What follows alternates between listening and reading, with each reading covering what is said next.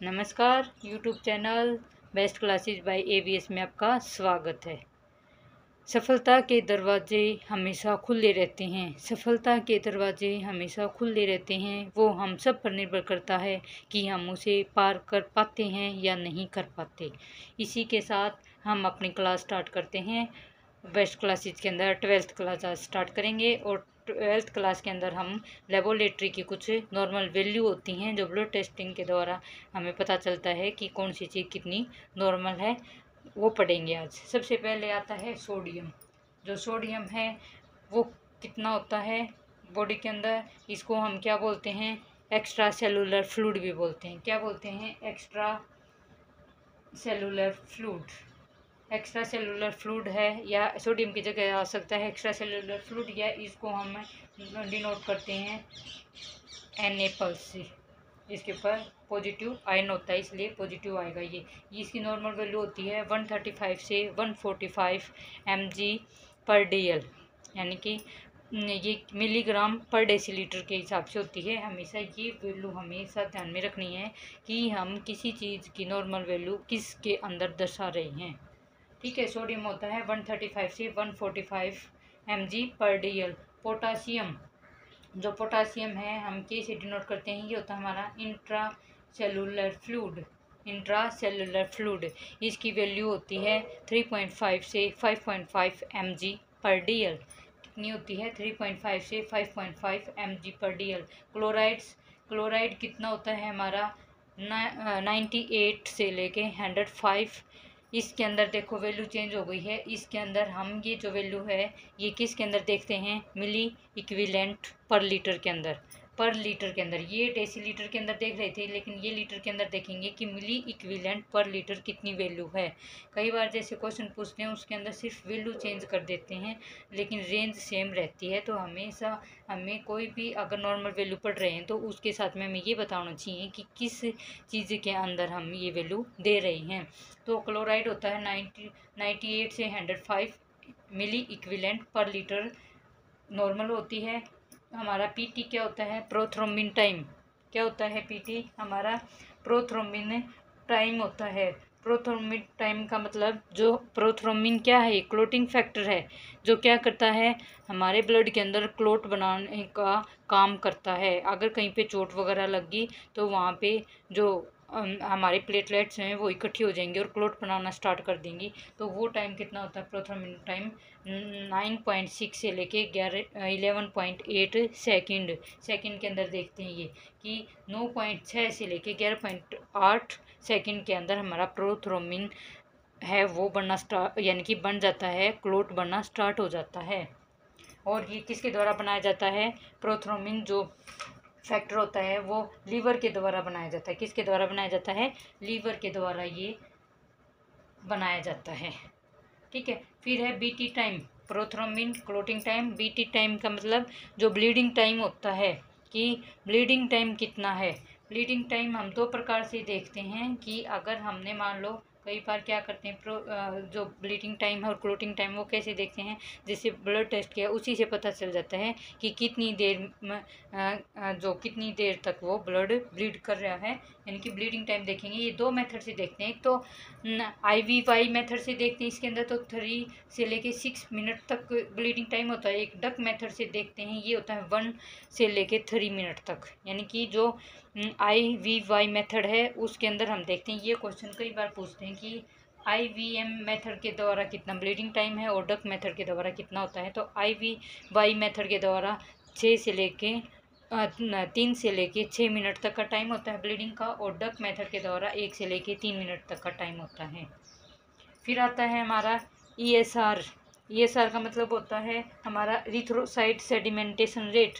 Erythrocyte sedimentation का मतलब red जो ब्लड सेल होते हैं, रेड ब्लड जो सेल होते हैं उसका, सेडिमेंटेशन का मतलब नीचे जमना, रेट का मतलब कितनी देर के अंदर वो बैठ रहे हैं। तो नॉर्मल वैल्यू होती है इसका 0 से लेके 30 mm/h, यानी कि 1 घंटे के अंदर 0 से लेके 30, यानी कि 0 से लेके 30 mm तक वो नीचे सेडिमेंट हो जाएंगे। यानी कि हम इसके अंदर क्या करते हैं, ESR के अंदर टेस्ट करवाते हैं। उसके अंदर मान लो ब्लड टेस्ट करवाएंगे, उसके अंदर सारे ब्लड सेल होते हैं, WBC, RBC, प्लेटलेट्स, ठीक है, ये सब कुछ होते हैं। तो उसके अंदर जो ब्लड है वो दो टाइप से बना होता है, एक प्लाज्मा होता है और दूसरा ब्लड सेल होते हैं। एक प्लाज्मा और एक जो हमारे ब्लड सेल हैं, ब्लड सेल के अंदर तीनों आ जाएंगे, RBC, WBC और प्लेटलेट्स। तो इसके अंदर ESR के अंदर हम क्या देखते हैं, हम एरिथ्रोसाइट सेडिमेंटेशन रेट देखते हैं। अगर ये जल्दी बैठ जाते हैं तो इसका मतलब इन्फ्लामेशन है, ठीक है, इसका मतलब क्या है, इन्फ्लामेशन है। अगर ये 0 से 3 mm/h के हिसाब से बैठ रहे हैं, नीचे सेडिमेंट हो रहे हैं, तो इसका मतलब ये क्या है, नॉर्मल वैल्यू। अगर इन्फेक्शन बढ़ा हुआ है तो इसके अंदर जो इरिथ्रोसाइट सेडिमेंटेशन रेट है वो भी हमारा क्या होगा, बहुत जल्दी हो जाएगा। यानी कि 0 से 30 mm/h के अंदर हो रहा है वो बहुत जल्दी हो जाएगा। उसकी वजह से इन्फ्लामेशन और इन्फेक्शन की शिकायत होती है। और इसके साथ साथ हम अन्य टेस्ट भी देखते हैं। ये तो एक यानी कि हम इसे पता लगा सकते हैं कि इन्फेक्शन बढ़ा हुआ है। सीरम आयरन कितना होता है, 65 से लेके 175 माइक्रोग्राम पर डेसीलीटर। जो सीरम आयरन है, सीरम के अंदर जो आयरन होता है वो कितना है, 65 से लेके 175 माइक्रोग्राम। इसकी वैल्यू किसके अंदर आएगी, माइक्रोग्राम पर DL के अंदर, डेसीलीटर के अंदर आएगी। HB मेल के अंदर होता है 14 से 16 ग्राम पर डेसीलीटर। HB कितना होता है, मेल के अंदर 14 से 16 ग्राम पर डेसीलीटर और फीमेल के अंदर होता है 12 से 15 ग्राम पर डेसीलीटर,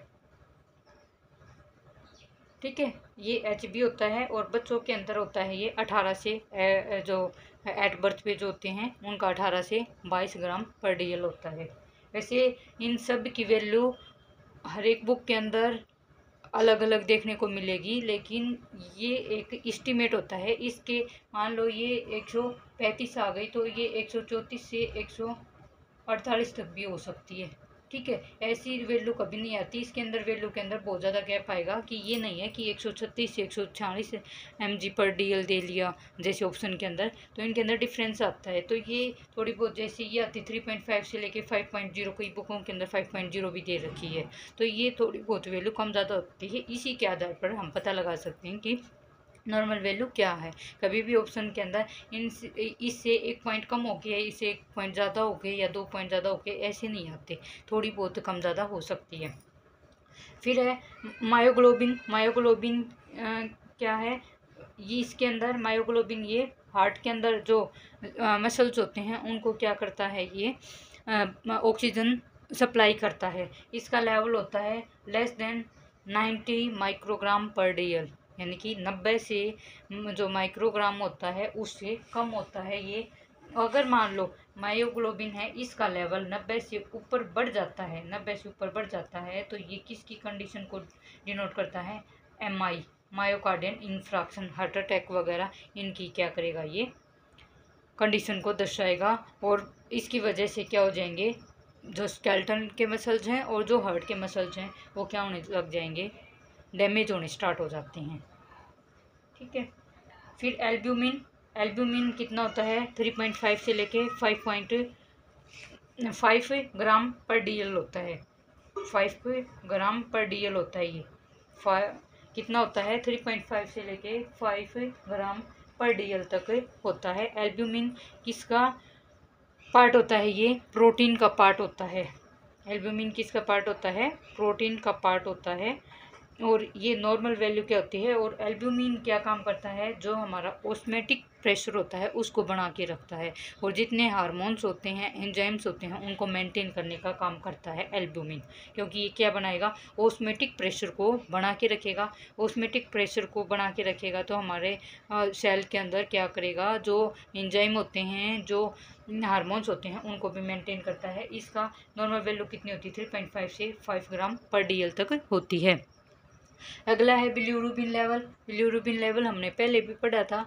जो रेड ब्लड सेल के टूटने से बनता है बिलिरुबिन, और जो कुछ हमारा फिल्ट्रेशन होके किडनी से यूरिन के द्वारा निकल जाता है, और कुछ हमारा इंटेस्टाइन के थ्रू होता हुआ हमारे स्टूल के द्वारा ये बाहर निकल जाता है। जो जॉन्डिस का यानी कि अगर बिलीरुबिन लेवल ज़्यादा हो जाए तो जो जॉन्डिस का कारण बनता है। तो ये होता है 0.3 से लेके 1.5 mg/dl।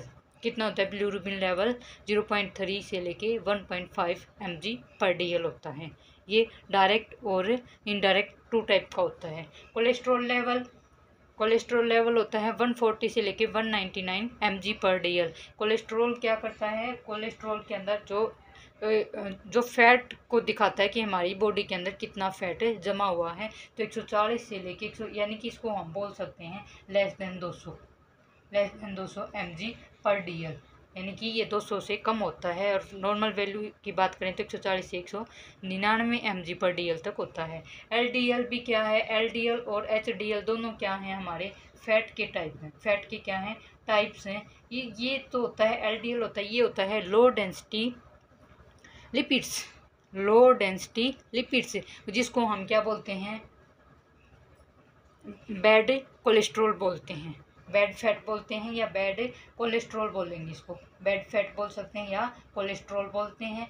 ये होता है और ये हमारी बॉडी के अंदर खतरनाक होता है। ये होता है गुड कोलेस्ट्रॉल, जिसको HDL हाई डेंसिटी लिपिड्स बोलते हैं। ये जो लो LDL होता है, लो डेंसिटी लिपिड्स, वो होता है लेस देन 130 mg/dl। और जो गुड कोलेस्ट्रॉल होता है हमारा, वो होता है 30 से लेके 70 mg/dl तक। 30 से लेके 70 mg/dl तक ये हमारे बॉडी के अंदर अच्छा होता है, लेकिन ये हमारे बॉडी के लिए नुकसानदायक होता है अगर ज़्यादा है। तो होते हैं दोनों टाइप के, लो भी और लो डेंसिटी लेवल लिपिड्स भी होते हैं और हाई डेंसिटी लिपिड्स भी होते हैं। ये इसको गुड कोलेस्ट्रॉल बोलते हैं, इसको बैड कोलेस्ट्रॉल बोलते हैं। ये क्या है? ट्राइग्लिसराइड है। ट्राइग्लिसराइड भी क्या है?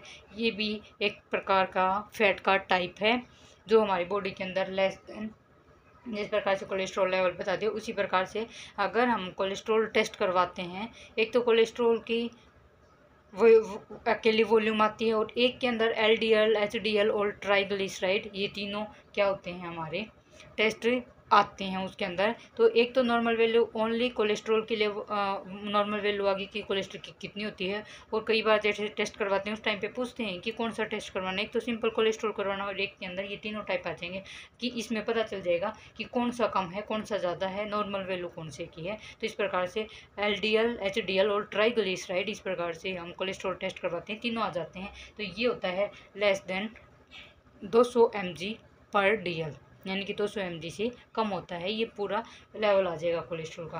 प्रोटीन कितना होता है? नॉर्मल वैल्यू 6 से 8 कितनी होती है? 6 से 8 ग्राम/dl होती है प्रोटीन।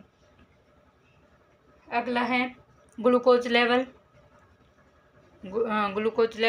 प्रोटीन सबसे ज़्यादा किसके अंदर मिलती है? दाल के अंदर, और हमारी बॉडी के लिए सबसे ज़रूरी कंटेंट होता है प्रोटीन।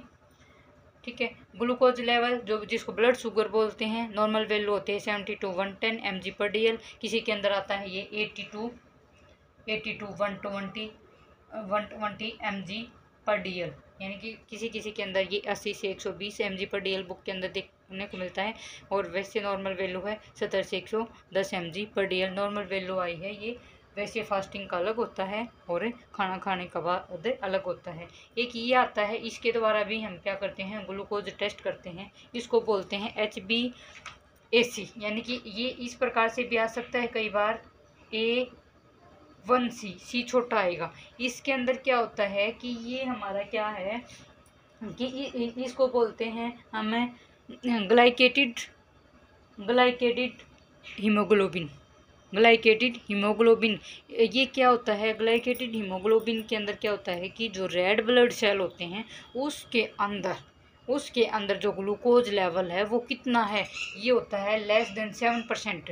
कितना होगा? Less than 7%। इसका मतलब ये होता है कि रेड ब्लड सेल के अंदर हम ये क्या करते हैं? 90 दिन तक की एवरेज का पता लगा सकते हैं। अगर मान लो किसी की क्या आ रहा है कि ब्लड ग्लूकोज लेवल नॉर्मल आ रहा है, हाई से नॉर्मल के अंदर आ रहा है, तो हम कौन सा टेस्ट करवाते हैं कि HbA1c करवाते हैं। और ये इसका नाम HbA1c भी आ सकता है। तो इसके अंदर हम 90 दिन तक ये देखते हैं कि ब्लड ग्लूकोज लेवल कितना रहा है, 90 दिन तक का हम। और ये क्वेश्चन वेरी वेरी इंपॉर्टेंट है, कई बार ये आता है एग्जाम्स के अंदर कि इसके अंदर हम ये देखते हैं कि 90 दिन तक की एवरेज वो हमें बता देगा कि कितना ग्लूकोज लेवल बढ़ा है, कितना कम हुआ है, उसके अकॉर्डिंग बताता है ये। BUN ब्लड यूरिया नाइट्रोजन कितना होता है, ब्लड यूरिया नाइट्रोजन।